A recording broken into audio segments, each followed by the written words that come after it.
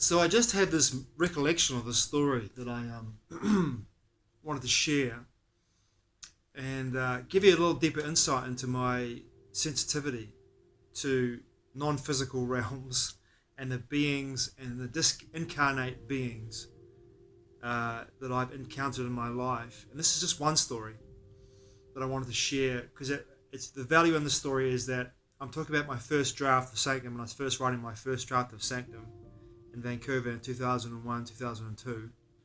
And this experience that I had, which was at the time I was working for a woman called Suzanne Castange, who was a clairvoyant, claircognizant, clairsentient, clairaudient woman who I started working for in 1999 in late August 1999.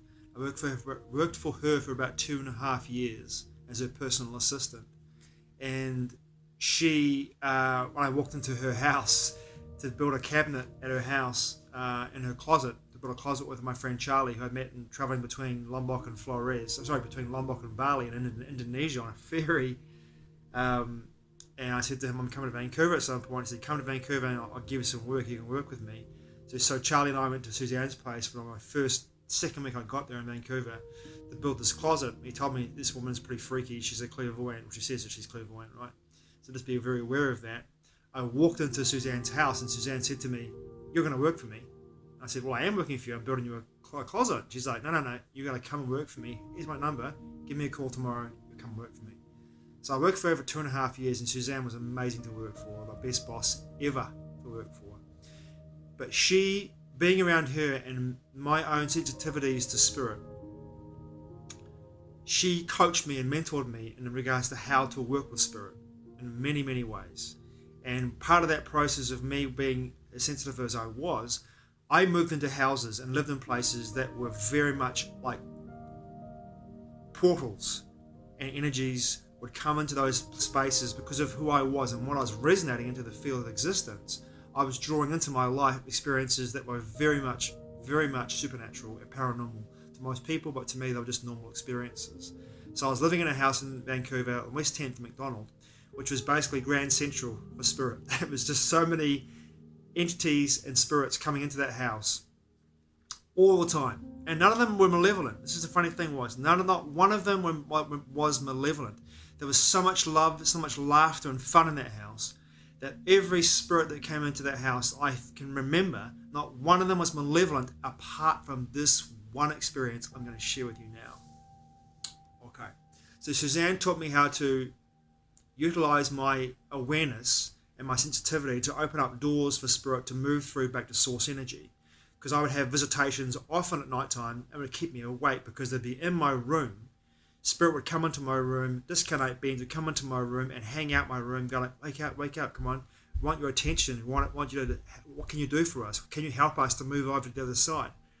To back to source energy? Can you help us to move over? And I'd be like, fuck me, I don't know what the fuck's going on here. How do I move them on? You know, it's apart from through intention. And my intention was back then, I even knew this and remembered this. And Suzanne had taught me this and refined it with me because I had this affirmation I used to use. It was like a prayer, and I'd say to my spirit guides and guardians, please remove all negative and foreign energy in my body, from my body, being, or spirit in the space that I'm in, and please take it back to source energy. I would say that quite often before I met Suzanne, but she honed it in a way that said, like, well, you can say that, but the best thing for you to possibly do when they come into your room and spirit comes to you is to open up a door through visualization, a door that goes to source energy, and tell them all, there's the door, piss off, leave me alone, and go through the door. You know, and in a joking kind of jestful kind of way. There's the door, spirit, go through it, leave me alone. I'd often turn on my side of my room, to face the wall, because I was so tired of seeing in my periphery spirit coming into my room, coming in, and hanging out in there. I was like, God almighty, just get out of here. I just want some privacy. I'd open up this door, visualize this door, the golden light coming through it.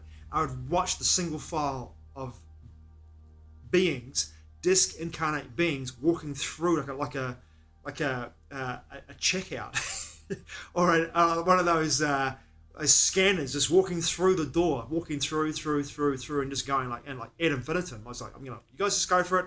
I'm just going to go to sleep. Leave me alone. So I used to do that in my rooms. I lived in 2 rooms in Vancouver in this house. Downstairs, next to the shower and bathroom, I had a room downstairs, which became Charlie and Johnny, who I live with, became their recording studio for their hip-hop duo, the Sketch Bros.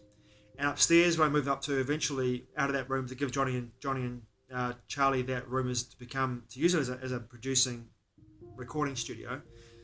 I moved upstairs into a room next to the balcony on the front of the house, the front door of the house, and that's where they'd come in there quite often too, obviously follow me around the house. But the funny thing was, at that house, I lived in that house, we used to party downstairs in Aaron and Jen's flat. And we had a 2-story house. It's quite an unusual house. We had a 2-story house with the ground level. The ground level was where me, Charlie, Zoe, and Aaron and Jen used to live. And the flat that Aaron and Jen used to live behind on the bottom level of the house, there was a door that kind of was blocked off, and eventually we took that door off so we could have the entire house and we could all live together, which is what we intended to do. But we used to party in Jen and Aaron's place late at night because they had a really cool little lounge and really cool space. So we'd hang out in the kitchen, we'd hang out in the lounge. And when people would come over to our house to party with us, they'd often sit downstairs and party in Aaron and Jen's lounge with us.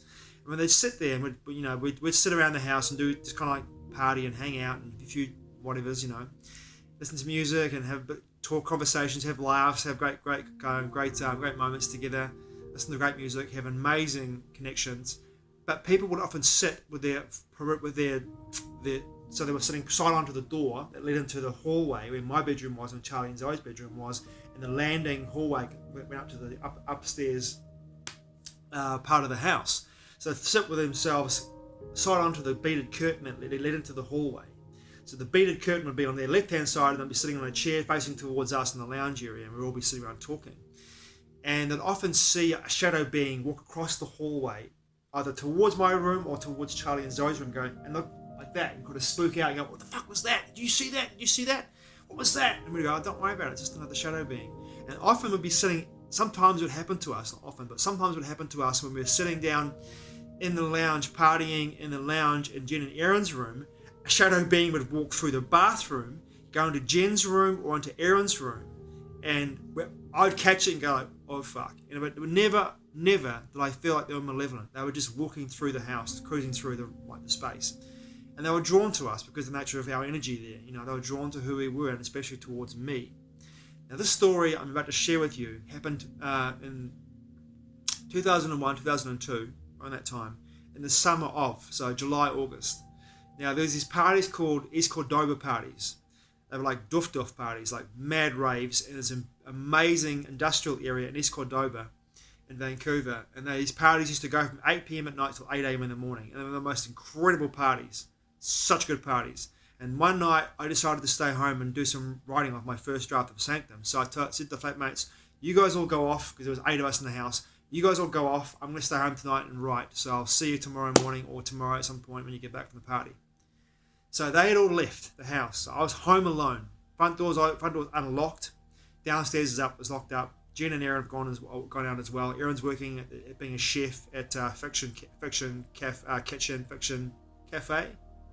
restaurant in Kitsilano. Jen's at work at Nevermind restaurant bar down in West Forth. And I was sitting alone in my room with my door slightly ajar behind me, and behind me was the front. This is at the time I was living in the top bedroom, so the top level of the house. And where my bedroom was, I had my bedroom here, and there was a balcony / porch next to my bedroom, and the front door was on that porch area, and then there's a hallway, and the hallway went down towards Andre's room at the end of the hallway, a bathroom on the left-hand side. On the right-hand side, as you walk down the hallway, there was 2 doors. One door led into the lounge, another door led into the dining room area, and then into the kitchen. So my back is turned, I'm writing away my first draft of Sanctum, writing away, and it's a beautiful summer's night. It's very warm. The house is very warm at night, very warm, lovely. But for me, instantaneously, the room chills to freezing cold, and I know right away something has entered into the house that's really pissed, that's really angry, and I'm thinking to myself, "Oh fuck, this reminds me of being possessed in Dunedin in the early 90s. Same energy, same freaky fucking energy. What the fuck is going on here? I turn around just slightly in my swivel chair, just slightly, to look at the door. And my door was slightly ajar into the hallway. Looking out of the hallway. And what I saw in my periphery, I couldn't look directly into the hallway. I didn't want to do that. I didn't want to see what was coming down the hallway directly. Because I knew if I looked directly at this being, at this woman, at this spirit walking down the hallway, coming into the space, if I looked directly at it, I would have been engaging it. And by engaging it, would instantaneously create an energetic connection between the two of us. I knew I couldn't do that right now. I didn't have the energy for that. So I looked down at the floor, towards the corner of a door where the doorway was ajar. I looked down and up at the same time in my periphery. I saw a beautiful woman dressed in a nurse's uniform, above her knees, white socks. She had black roots, white tips, white hair. She was gorgeous. And this is way before the Joker. Heath Ledger became a Joker in Batman The Dark Knight. Long before this, she had makeup like the Joker, and it was running down her face because she'd been crying, right? And her throat was slit. I thought, this is not fucking Halloween. This is no fucking joke. Holy fuck, what is this? And she walked down the corridor and she glared I could feel her glaring at me as she walked past my doorway down the corridor, and I thought to myself, oh fuck, oh fuck, oh fuck, oh fuck. I quietly composed myself. I got up from my chair. I thought, oh fuck, oh fuck, oh fuck. I opened up the door just slightly, peeked out the side of it, and was prepared to look down right away, rather than engaging her, looking her in the eyes. I thought, fuck, she's not there. Where's she gone to? And I felt into the space, into the lounge and the dining room area, and I knew that she'd have walked into the dining room area. So I walked straight ahead into the lounge area, around the couch, and then walked into the middle of the room where the couches were. On one side here, one side here. I walked into the middle of the room, stood there, my eyes looking straight down at the ground. In my periphery, I could see her, and she was standing there with this glaring, furious look on her face. She was fucking pissed. Her throat had been slit from here to here, and there was blood all over her neck, all over her white nurse's uniform. I felt terrible. Someone had murdered this woman somewhere. I do not know where. She'd been murdered somewhere. And I didn't know what to fucking do at the time. I thought, oh fuck, oh fuck, oh fuck. She was so mad, and I felt so sorry for her, instantaneously felt so sorry for her, that what had ever happened to her was horrific. And I thought to myself, I feel so fucking sorry for you. I said to her quite clearly, I cannot tell you how sorry I am for what's happened to you, but here's what I can do for you. I can open up a door for you through to source energy, and I'll ask you to go through it. I'm so sorry this happened to you. I'm so sorry. I'm so sorry. I was almost trembling. I wasn't scared. I was just fucking highly sensitized to what I was experiencing. I knew I could help this spirit cross over, but she was fucking pissed. She was pissed, and she was quite strong in her stance and her energy. This energy of like, I'm not going anywhere. I thought, you fucking have to go. Please go. Please go. I visualized to her right this golden doorway, where the doorway into the dining room would have been. I visualized it. Please go. I said to myself, in my mind, at the time I visualized this door, please go through it. Please go through it. Please go through it. Please go through it. Please go through it. And I was asking her quietly, there's the door. I said this out loud. There's the door. Please walk through it. I cannot help you. Apart from this, I can help you to cross over. This is it. This is all I can do. I can help you to cross over. She stood there. It must have been 30, 45, 50 seconds at least. And then she turned around and walked towards the door, still fucking glaring at me.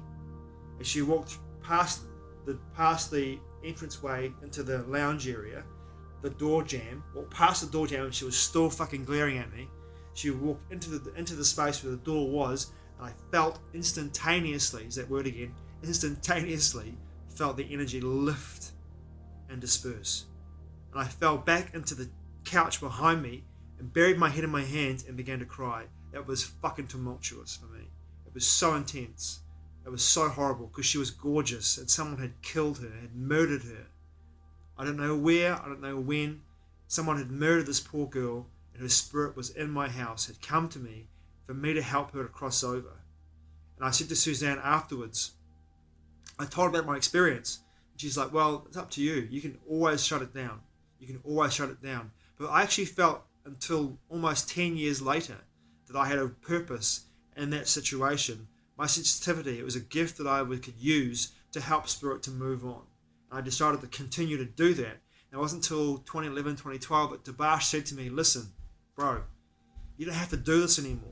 If you don't want to do this, you don't have to do this anymore. I know how tiring it is for you energetically. You don't have to do this anymore. So it would have been 4 years, almost 5 years later, that I actually stopped and said, you know what? No more. I can't do this anymore. I won't do this anymore. I can, but I'm not going. I won't do this anymore. It's too intense for me, and it doesn't make me feel any. It doesn't make me feel depleted in any way. But what it does for me is it makes me into a fucking beacon. And being a beacon for this energy that comes to me that wants to move on can be, and I've found it in the past, it can be overwhelming when you want to chill, or you want to be alone, or you have guests, and you have this experience where you have spirit come to you and go like, hey, I need to get out of here. Do you? Really? You're joking. You know, like, why don't you cross over when you have the fucking chance? You know what I mean? And so therefore for me, that experience is no longer a part of my life. I don't open up doors for spirit to cross over into source energy. I do clear space, but I do not anymore open up doors to allow spirit to cross over. Thanks for watching. I truly appreciate it. Hope you enjoyed the story. Matewa. I'll see you again soon.